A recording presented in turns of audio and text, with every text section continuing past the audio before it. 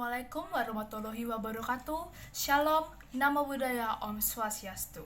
Bapak, Ibu, dan saudara-saudara yang saya hormati, marilah pertama-tama kita panjatkan puji dan syukur kita kehadirat Tuhan Yang Maha Esa, karena atas rahmat-Nya kita diberi kesehatan dan kesempatan untuk memperjuangkan pendidikan di negara tercinta ini, yaitu Indonesia. Perkenalkan, nama saya Stephanie Fiondalia Seningoringo. Saya dari SMA Budi Bakti Samarinda, Kalimantan Timur.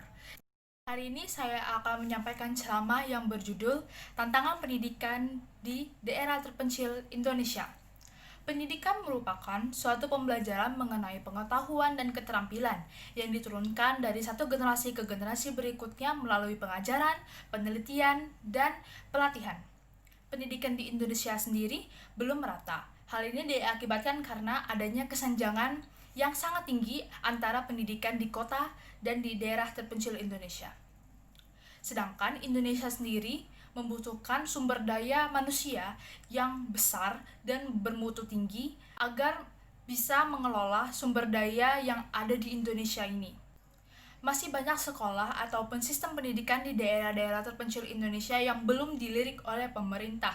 Seakan-akan pemerintah hanya memfokuskan pendidikan di daerah kota-kota besar saja.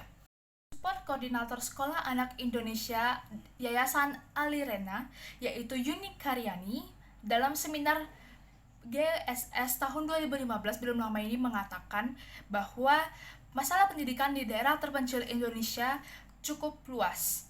Kinerja dan profesionalitas tenaga pendidik di daerah-daerah terpencil masih sangat rendah.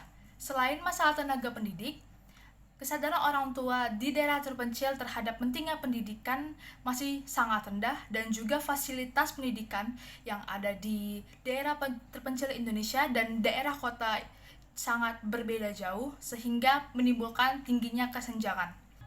Selain itu, masalah yang dihadapi adalah gaya pembelajaran murid-murid sekolah di daerah terpencil yang masih konvensional, sebab gurunya masih menerangkan secara ceramah dan tidak berusaha untuk mencari pola pembelajaran lain yang sekiranya bisa membangkitkan semangat belajar anak-anak di daerah terpencil Indonesia. Untuk itu perlu adanya modifikasi gaya atau sistem pembelajaran yang akan digunakan di daerah terpencil Indonesia untuk meningkatkan kualitas pendidikan di sana. Sebagai percobaan, Yuni Karyani dan timnya mengambil daerah Kabupaten Lanijaya di Papua Tengah untuk melakukan suatu penelitian. Yuni menjelaskan bahwa di sana murid kelas 4 SD sudah memasuki sekolah asrama. Sekolah asrama tersebut diharapkan dapat mencetak generasi-generasi yang merupakan bibit unggul untuk dapat meneruskan pembangunan di Papua. Oleh karena itu, meskipun masuk sekolah itu gratis, siswa yang ingin masuk ke sekolah tersebut juga harus sudah bisa membaca dan terdapat tes seleksi sambil mengajarkan para murid mengenai profesionalitas dalam dunia kerja. Untuk menghasilkan kualitas pendidikan yang baik, para guru pun dikirim ke daerah-daerah terpencil yang ada di Indonesia. Hal ini juga dinilai sebagai tantangan lantaran sulit untuk mencari guru yang berasal dari daerah lokal.